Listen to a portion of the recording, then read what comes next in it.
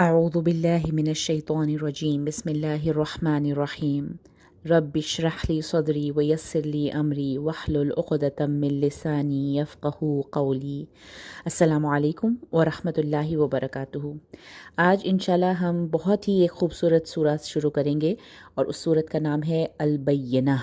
البینہ البینہ کہتے ہیں کوئی بھی ایسی چیز جو کہ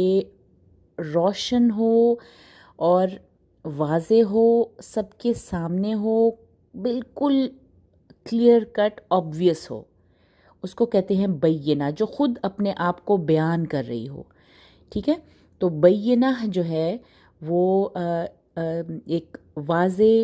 دلیل، واضح روشن نشانی، کچھ بھی آپ اس کا ترجمہ کر سکتے ہیں۔ ٹھیک ہے، البینہ اور واضح روشن دلیل جو ہے وہ ہمارے مذہب میں، ہماری دین اسلام میں، ہمارا جو ایک تو اللہ کی کتاب اور اللہ کے رسول صلی اللہ علیہ وآلہ وسلم، اللہ تعالیٰ نے ان کو بینہ کہا ہے۔ ایک نبی کریم صلی اللہ علیہ وسلم اور ان کے اوپر نازل ہونے والا جو قرآن تھا وہ ایک ایسا بینہ بنا کہ جس نے ایک تاریخ رقم کی، اور کس طرح سے 23 سال کے عرصے میں ایک جہالت سے بھری ہوئی جو ایک عرب قوم تھی وہ کس طرح سے دنیا کے پردے سے نکلی اور پورے دنیا پہ چھائی، ہم سب جانتے ہیں۔ تو یہ بینہ جو ہے، سب سے پہلے تو ہمیں یہ ہمیشہ خیال رکھنا چاہیے، اور ہم دوسری ہی آیت میں پڑھیں گے، یہ جو دوسری آیت نمبر 2 ہے، اس میں یہ سب کلیئر ہو جائے گا کہ وہ جو بینہ ہے وہ کیا ہے۔ سب سے پہلے جو یہ آیت ہے، جو آیت آیت نمبر 1 جو شروع ہو رہی ہے، بہت سے علماء اس کے بارے میں کہتے ہیں کہ یہ اپنے فہم اور اپنے نحو یعنی کہ گرامر کے لحاظ سے یہ ایک قرآن کی مشکل ترین آیتوں میں سے ایک ہے۔ اور مشکل آیت میں اس کا مطلب ہے کہ اس کو سمجھنے کے لیے بھی اگر آپ اس کا ترجمہ مختلف تراجم پڑھیں گے تو آپ کو اس کے مختلف ترجمے ملیں گے، اور ترجمہ پڑھ کے بھی آپ کے اوپر پوری بات واضح نہیں ہوگی۔ اسپیشلی جیسے دیکھیے ابھی یہاں پہ جو ترجمہ کیا جا رہا ہے منفقین کا، منفقینہ، اس کا مطلب یہاں پہ ترجمہ کیا جا رہا ہے باز آنے والے،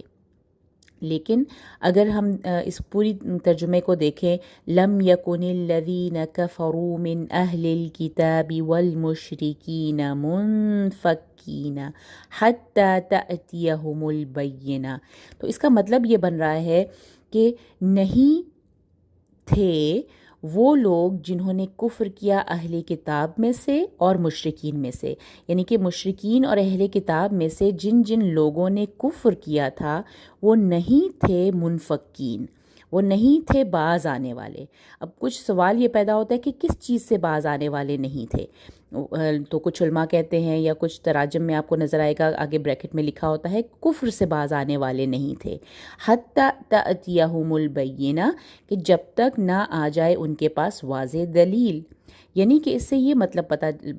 مطلب بن رہا ہے کہ یہ جو لوگ تھے اہل کتاب میں سے اور مشرکین میں سے جنہوں نے کفر کیا تھا، وہ باز آنے والے نہیں تھے جب تک کہ بینہ نہیں آ گئی۔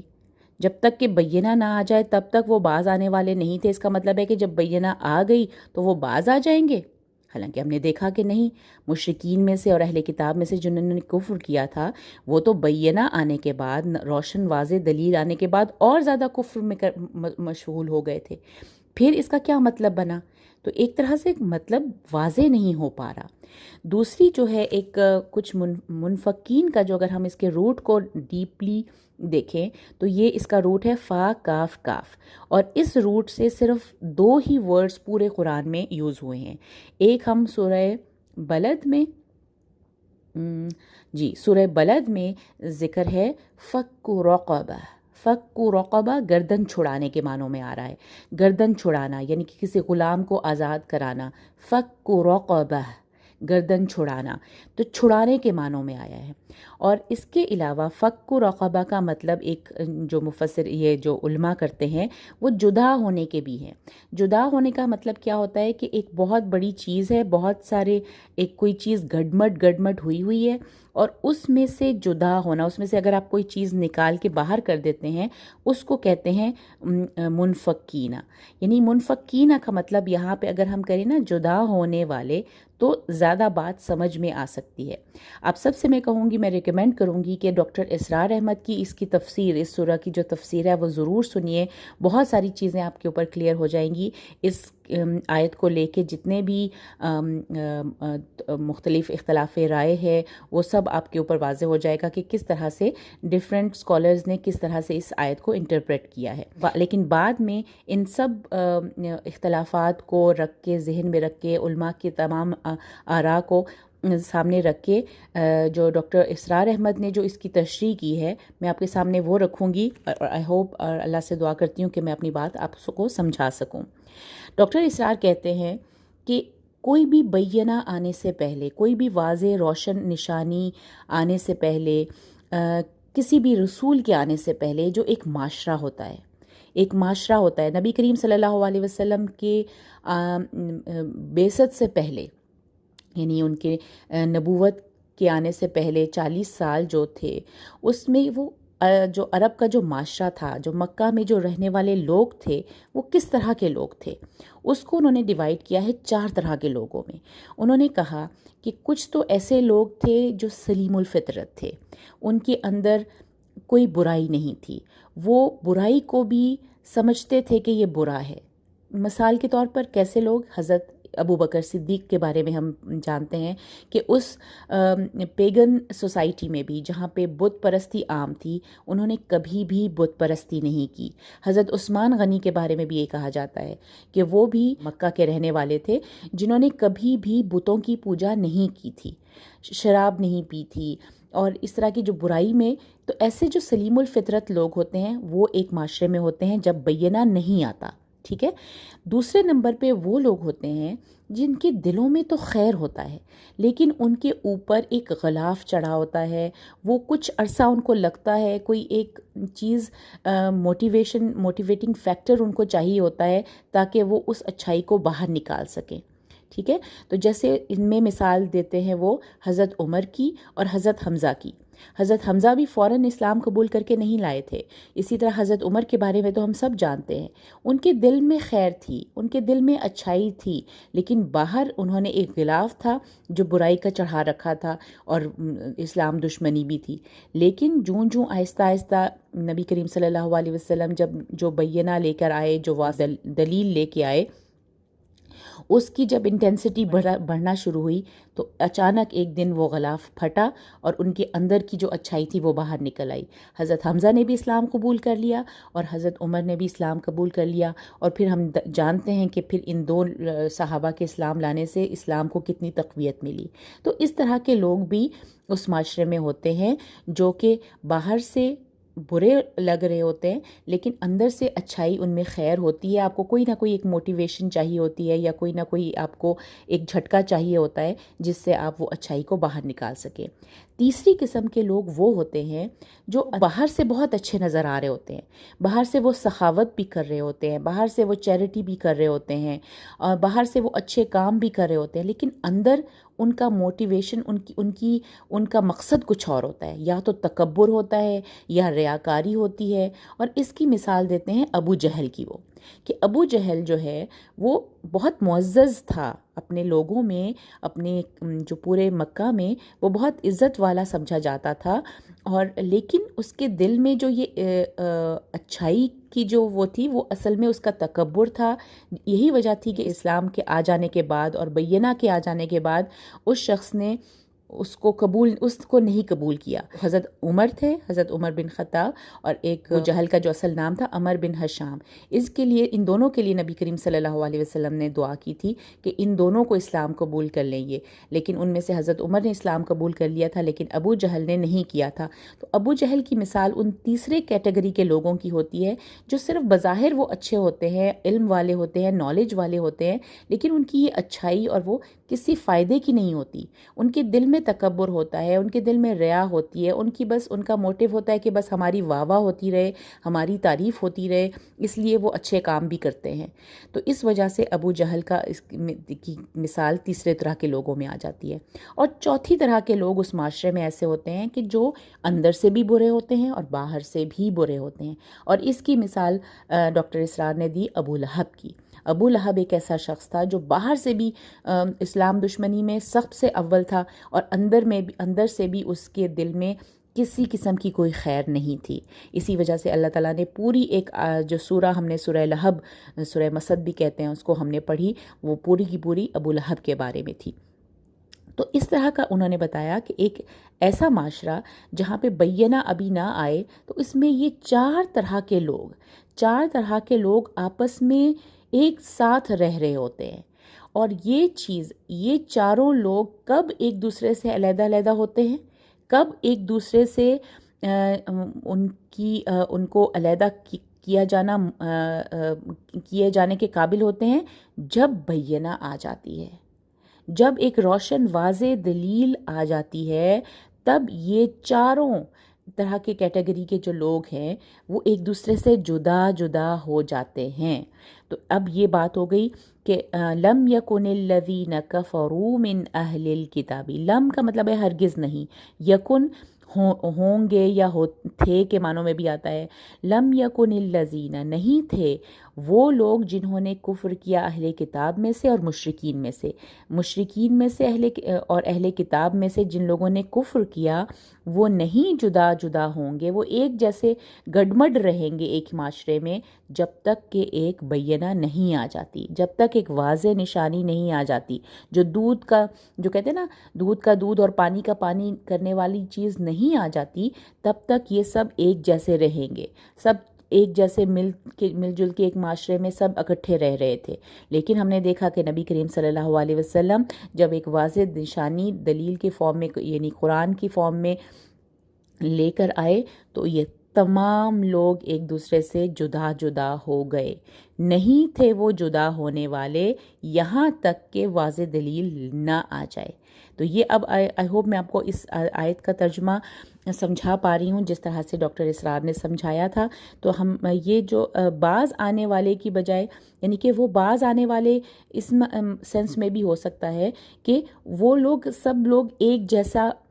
وہ چاہ رہے تھے کہ ہم ایک ہی طرح سے ایک اکٹھے مل کے رہتے رہیں اور ان میں کوئی اختلافات نہ ہوں، لیکن جب ایک دفعہ روشن نشانی آ جاتی ہے، ایک پوری واضح دلیل آ جاتی ہے، تو پھر ہم آرام سے کہہ سکتے ہیں کہ کون کس طرح کا انسان تھا، کس کے اندر خیر تھی، کس کے اندر خیر نہیں تھی، کون اندر سے متکبر تھا، کون اندر اور باہر دونوں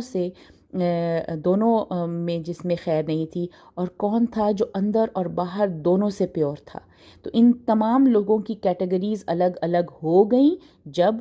بینہ آ گئی۔ تو لم یکن الذین کفروا من اہل الکتاب والمشرکین منفکین حتی تأتیہم البینہ۔ اب اگلی آیت میں اس بینہ کو ڈسکرائب کیا گیا ہے کہ وہ کیا ہے، رسول من اللہ، اللہ کی طرف سے ایک رسول، یتلو جو پڑھتا ہے، یتلو جو پڑھتا ہے، کیا پڑھتا ہے، صحفا مطہرہ۔ ڈاکٹر اسرار نے بہت اچھی بات کی کہ صرف قرآن کو جو کچھ لوگ کہتے ہیں نا کہ یہ اللہ کی نشانی ہے، یہ اللہ کی واضح دلیل ہے، صحف مطہرہ، تو وہ کہتے ہیں کہ اگر اللہ چاہتا تو ایک پوری لکھی لکھائی کتاب ہر شخص کے تکیے کے نیچے پڑی ہوتی، ایک رسول کو بھیجنے کی ضرورت نہ ہوتی۔ اگر خالی قرآن جو ہے وہ روشن نشانی ہوتی، واضح دلیل ہوتی، تو ایک کتاب بھی اللہ بھیج سکتا تھا، لیکن اللہ نے جو اس کو اپنی طرف سے ایک رسول کو بھیجا ہے وہ بہت امپورٹنٹ ہے، تاکہ اس قرآن کی تفسیر بتانے والا بھیجا، اس قرآن کو، اس بینہ کو، اس صحف مطہرہ سے جو تلاوت کرنے والا جو ہے وہ بھی بہت ضروری ہے، تاکہ وہ اس روشن نشانیوں کو لوگوں تک پہنچا سکے۔ تو یہ دو چیزیں جو ہے نا ہم ضرور، ہمیں کبھی بھی جب بھی اگر کوئی ہم سے پوچھے کہ بینہ کیا ہے تو وہ ہے رسول من اللہ یتلو صحفا مطہرہ، اور اگلی آیت اسی کی تفسیر ہے صحفا مطہرہ کی، فیہا کتب قیمہ، کہ اس میں ہے کتبن، کتبن کہتے ہیں احکامات کو، قوانین کو، تحریر، جو کچھ لکھا جاتا ہے، جو کچھ لکھ دیا جاتا ہے اس کو کتب کہتے ہیں۔ کتب قیمہ، قیمہ کہتے ہیں جو بہت ایک اسٹیبلشڈ چیز ہوتی ہے، جو درست ہوتی ہے، جو قائم ہوتی ہے، قیمہ، قاف واو میم اس کا روٹ ہے، فیہا کس میں، ان صحف مطہرہ میں، صحفا مطہرہ، تو یہ جو صفحے ہیں، صفحے، صحیفے، جو بہت پاکیزہ صحیفے ہیں، تو فی ہا کی ضمیر یہ تا مربوطہ کی وجہ سے یہ مؤنث ہے چونکہ، تو یہ صحفا مطہرہ ایک مؤنث ٹرم ہے، اسی لیے ہا کی ضمیر آئی ہے، تو فی ہا کتب قیمہ، اور اس میں ہے تحریریں بہت درست، بہت اسٹیبلشڈ قسم کی قوانین ہیں، بہت احکامات ہیں، فی ہا کتب قیمہ۔ تو اللہ تعالیٰ نے اگلی آیت میں قرآن کو اور ڈسکرائب کر دیا، صحف مطہرہ کو ڈسکرائب کر دیا، لیکن تو یہ ایک جو آیت ہے جس کو بہت سارے علماء کہتے ہیں کہ اس کو سمجھنے جو ہے نا، سمجھنے میں کافی لوگ جو ہے وہ اس کو صحیح طرح سے سمجھ نہیں پاتے۔ تو میرا چونکہ مقصد زیادہ تفسیر میں ڈیٹیل میں جانا نہیں ہے، لیکن کم از کم اتنا ہو کہ جب ہم سورہ بینہ پڑھ رہے ہوں تو ہمارے ذہن میں پوری کلیئرٹی ہو کہ منفقین کا کیا مطلب ہے۔ تو اس کو پڑھنے کا طریقہ ہے لم یکن الذین کفروا من اہل الکتاب والمشرکین منفکین، ہم یہاں پہ رک سکتے ہیں، لمبی آیت ہے، منفکین، تو یہ پورا جملہ کمپلیٹ ہو جاتا ہے۔ پھر ہم بے شک پیچھے سے جوڑتے ہوئے بھی پڑھیں یا پھر حتی تأتیہم البینہ، اس کو علیحدہ سے بھی پڑھ سکتے ہیں اور پیچھے سے جوڑتے ہوئے بھی پڑھ سکتے ہیں، لیکن اگر کوشش کریں، اگر بہت ہی آسان آیت ہے تو ایک ہی سانس میں اگر پڑھنے کی کوشش کریں تو وہ بہت ہی وہ سب سے بیسٹ ہوگا۔ بینہ، تا مربوطہ ہے، جب ہم یہاں پہ سٹاپ کریں گے تو یہ تا جو ہے وہ ہا میں بدل جاتا ہے، تو ہا بہت کلیئر سنائی دینا چاہیے، بینہ نہیں کہنا، بینہ، بینہ، یہ نون اور فا کا جو اخفا ہے وہ بہت اسپیشل ہوتا ہے، نون کے بعد آپ کے ہونٹ فوراً ریڈی ہو جائیں فا بولنے کے لیے، منفکین، منفکین، اگر آپ نے یہاں پہ رکنا ہے تو یہاں پہ 4 کاؤنٹ دے کے رکیں گے، کین کو لمبا کریں گے 4 کاؤنٹ تک، لیکن اگر آپ جوڑ کے پڑھیں منفکین حتی تأتیہم یہ حمزہ کا جھٹکا آئے گا، تأتیہم البینہ، یہ بھی بہت ٹرکی ورڈ ہے، تو موٹا ہے، ہ باریک ہے اور ہا کے اوپر شدہ بھی ہے، مطہرہ، را پھر موٹا ہے، پھر ہ کے لیے نیچے آنا ہے، تو یہ اوپر نیچے زبان جو ہے وہ ہوتی رہے گی۔ تو سحو، ہا کو بہت سہو نہیں کہنا، سحو، ہو، ہا بہت کلیئر ہونا چاہیے، صحفا مطہرہ فیہا، اب یہ ہا اور یہ ہا دونوں ڈفرنٹ ہیں، فیہا کتب، اب یہاں پہ جو اخفا کا غنہ ہے وہ موٹا ہوگا کیونکہ قاف موٹا لیٹر ہے، کتب قیمہ، قی، یا کے اوپر شدہ ہو تو نبر ہوتا ہے، ذرا ایکسنچویٹ کرنا پڑتا ہے یا کو، قیمہ، قیمہ، ٹھیک ہے۔ تو یہ 3 آیتیں اس دفعہ انشاءاللہ اس لیسن میں 3 آیتوں کو اچھے سے ان کو پڑھیے، اچھے سے غور سے ان کی تفسیر سنیے اور اس کو سمجھنے کی کوشش کیجیے کہ کیا اس پہلی آیت سے مراد کیا ہے۔ تو یہ چیزیں وہ یہ جو مشرکین، اہل کتاب، یہ سب لوگ ایک دوسرے سے تب تک نہیں جدا ہوئے جب تک آپس میں نہیں ان کے الگ الگ ان کے درمیان فرق نہیں کیا گیا، جب تک کہ بینہ نہیں آ گئی، کیونکہ جب ایک دفعہ بینہ آ جاتی ہے، ایک واضح روشن دلیل آ جاتی ہے جو حق اور باطل کو علیحدہ علیحدہ کرنے والی ہوتی ہے، فرقان ہوتی ہے، تو اس کے بعد سب لوگ الگ الگ ہو گئے، پتہ چل گیا کہ کون واقعی سلیم الفطرت ہے، واقعی کون واقعی میں اچھا ہے اور کون واقعی میں برا ہے. تو یہ سب چیزیں واضح ہو جاتی ہیں. وہ ہرگز جدا جدا نہیں ہوں گے جب تک کہ بینہ نہیں آ جائے گی. اور بینہ کیا ہے؟ رسول من اللہ یتلو صحفا مطہرہ فیہا کتب قیمہ. تو آئی ہوپ کہ آپ کو یہ آیتیں آسان لگیں گی. جزاک اللہ خیر. السلام علیکم ورحمۃ اللہ وبرکاتہ.